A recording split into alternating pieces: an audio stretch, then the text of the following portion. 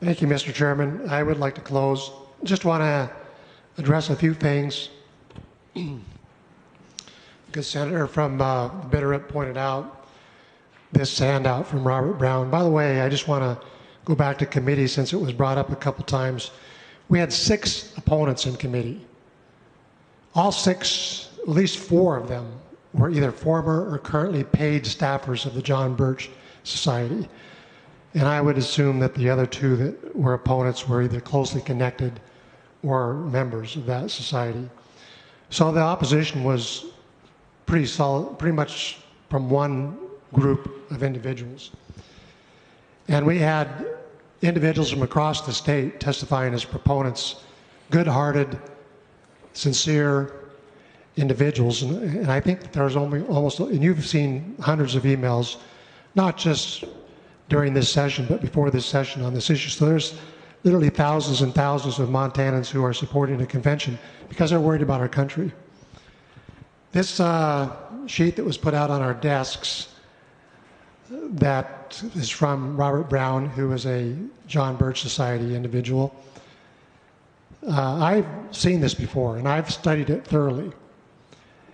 And what I would say is that I don't have time to go through it tit for tat, point for point, but the third one over, which said, none said the 1787 convention was well within their state delegated powers.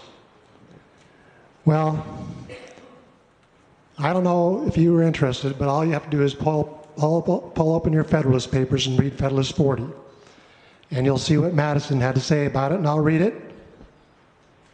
He says, the sum of what has been advanced here, that is the previous argument in Federalist 40, and proved is that the charge against the convention of exceeding their powers, except in one small instance, little urged by the objectors, has no foundation to support it. He was talking about the little objection that the Congress, Continental Congress, only passed a resolution that, in their opinion, that the convention should move forward. So I think that this document is cherry-picked quotes from typically anti-federalists.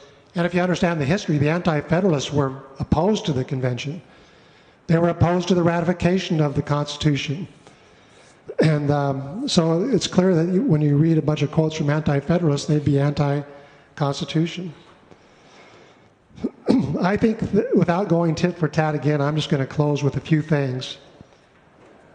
I think we have to acknowledge the elephant in the room. The king has no clothes.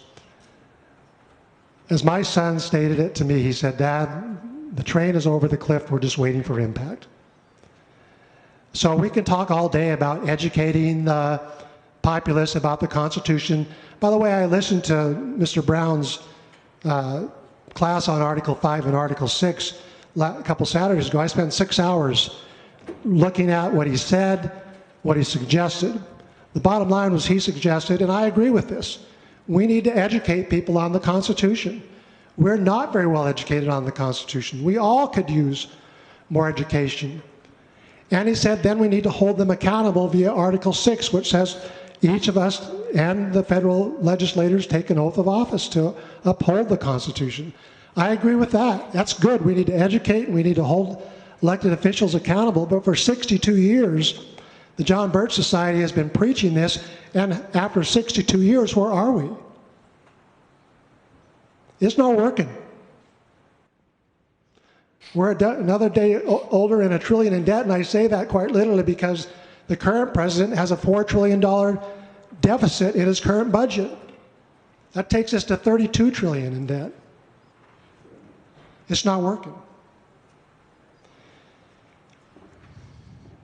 And I don't have to preach to you, and I told my wife I wouldn't, that the federal government has gone way beyond its power. I believe that this is the best time for a convention of states when we're polarized, and let me tell you why. There are 31 legislative chambers, or 31 legislatures in the United States that are Republican, and there are 19 that are Democrat. You're going to have, when the convention meets, to propose amendments. All these are is proposals and suggestions. When they meet to propose, they've got to keep in mind that you've got 31 legislatures on the right, 19 on the left. And you're going to have well thought out amendments to propose that are going to get past those chambers. There are 99 legislative chambers in America because Nebraska only has one, you're in Campbell. If you lose 13 of them, you've lost that amendment. It cannot be ratified. As Senator Esp said, this is an extremely high bar. The idea that we're going to have a runaway convention is so absurd on its face, it's hardly worth talking about. Because there's simply no way that 38 states and 87 legislative chambers are going to ratify junk. We have to have solid, well thought out amendments that are proposed. I had a constituent come to me last January, and he asked me to go and have tea with him, and I did. And he put in front of me the Convention of States information. And he said, I would like you to look at this, what do you think? And I said, well, I don't know much about it. My intuition, just because of what I've been told by friends of mine in the legislature, is a bad idea. But I said, I promise you I will look at it.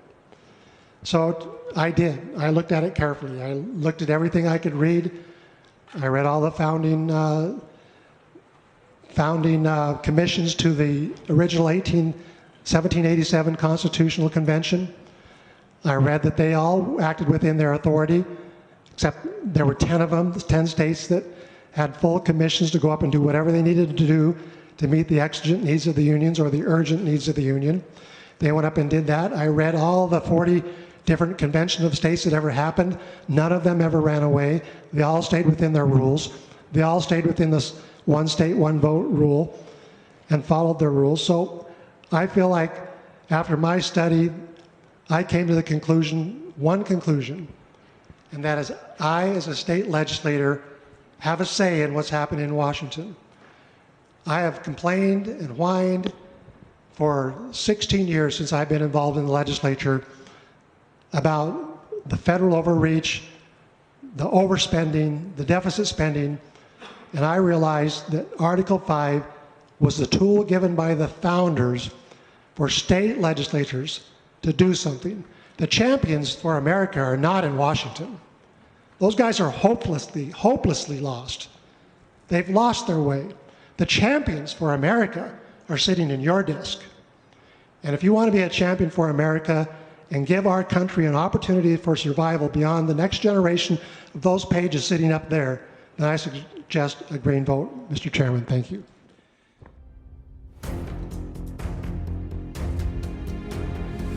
I'm here live in Philadelphia at the Tomb of the Unknown Soldier. When you hear the phrase lives, fortunes, and sacred honor, these are the folks we should think of, those who anonymously gave their lives. Well, today you have a chance to volunteer. You need to volunteer for conventionofstates.com, the movement that's going to save the country.